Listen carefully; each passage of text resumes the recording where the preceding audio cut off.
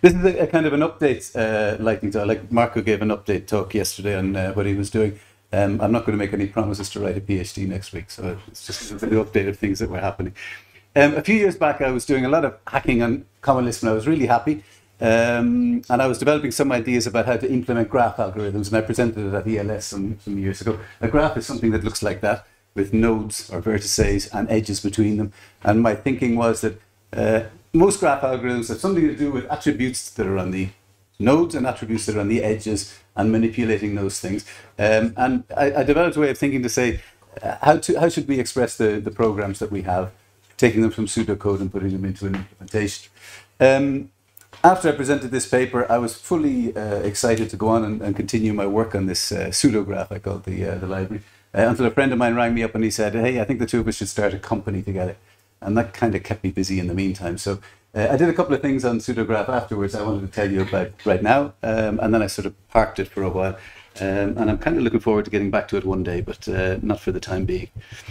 Here is some pseudograph for a graph algorithm. This comes straight from a paper by a guy called Ulrich Brandes, except for the fact that I put some colors on it just to illustrate what I wanted to show. And this pseudograph is about 33 lines long, and it calculates something called the betweenness centrality, which is something that I had been doing before in the context of epidemiology. So trying to find out who were the important links in the chain of infection for diseases like influenza and HIV. And of course, since then, we've had the whole COVID thing. So now even the taxi driver can talk to me about reproducibility numbers and things like that, things that I was trying to get a grip on at the time. The beamer, I see, doesn't show colors very well. But there are blue and pink and yellow things on there. And the idea being that there's some control structure in here, and that a lot of what you do is manipulating these attributes on vertices and edges. And what I wanted to do was write a piece of Lisp code that could allow me to write that thing like this. Let me see if I can make it a bit bigger. So, and it essentially boiled down to two macros called vlet and elet. And vlet allowed you to create attributes on vertices and then manipulate them and update them. And elet did the same thing for edges. And this is almost a direct transcription of Brandes' algorithm. So you can see line for line, and if you could see the colors better, you could see how they correspond to the ones on the pseudocode. And I called the paper was called executable pseudocode for graph algorithms, because, well, executable pseudocode is a phrase that's been used to describe the Python language. But I thought this was what was going on here. So one of the claims that I made in the paper was that if we could write our code like this, we could see that it's a faithful rendition of the pseudocode. And then if this could expand into more code, then the code could run well. This is about 33 lines. I think it's one line more or one line less, I can't remember. It expands into something like 600 or 700 lines of code if you do a macro expand on it. And funnily enough, if you go, I wanted to compare this to a sort of standard C++ library, the Boost library for, Boost is a collection of libraries, but they have a graph library. And they have the implementation of Brandes' algorithm for betweenness centrality, and it runs to about 600 or 700 lines of code, not including all the subroutines that it calls. So this comes close enough into the neighborhood of what that is. And my claim that being able to see this was a faithful representation. Soon after, I had a student who wanted to do a thesis project, and I gave her a paper that Brandes wrote something like 15 years later.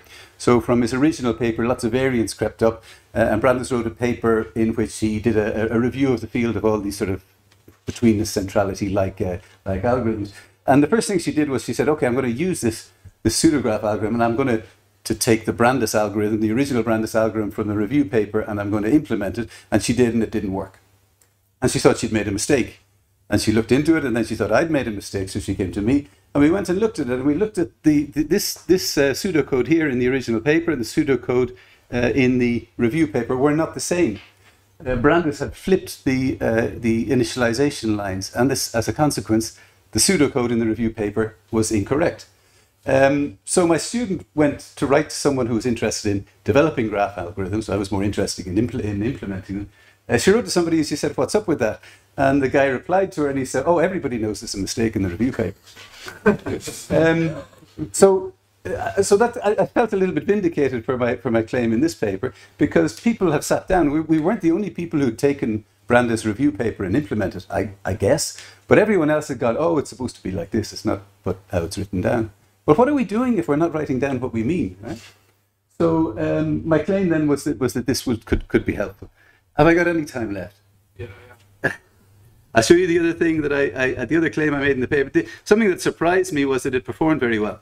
And I put this up, and some people criticized me for this graph afterwards. The green cloud you can see here is how Boost grows with bigger and bigger graphs, and the red cloud is how my pseudograph grows.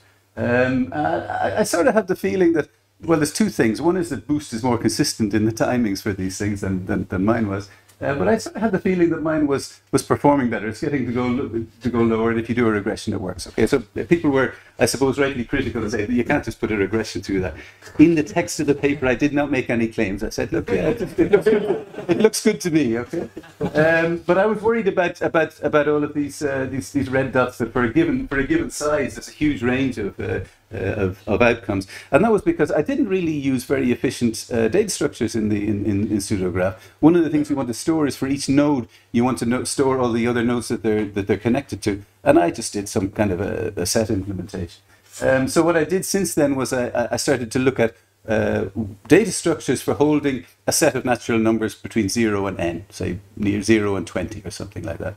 And there's a lot of different algorithms you can do that. I started out with sort of bit sets, so you set a bunch of bits so that when the bit is on, then it's there, and when the bit is off, no, it's not. And so you can represent that as a natural number, as a sort of a bit representation of a natural number. And I did a few things. So I'll show you one more graph, and then I'm done. Will that work? Okay. Two hands. I called it NAT set. And how do I do this? This way. Not that way. Full size with height. So I started doing efficient implementations of these things with just fixed nums, which of course only goes up to 64 because that's all you can keep it. Big num version of it, where's the big num integer is the big num version, and a whole bunch of others. And you can see here that, well, the best one that came out is using bit vectors. So this is in common Lisp, using bit vectors as a representation of these things. My pseudograph library is flexible enough so you can plug any of these in. It's just one extra parameter. You can say this is the representation that I want to use. And what I wanted to go on to do, and what I will one day once I sell this company, is to go back and look to see how does this perform in different kinds of graphs. So that's a little update on what I did after last time. Thank you.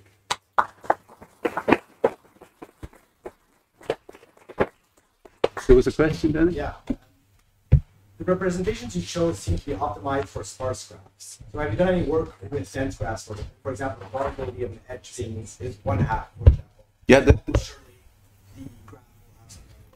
What I just showed you half of the edges were present. So it was just one example with I've looked at more dense representations and even more sparse ones, because a lot of graphs are very sparse. So those are open questions for me for how I can do that with my approach.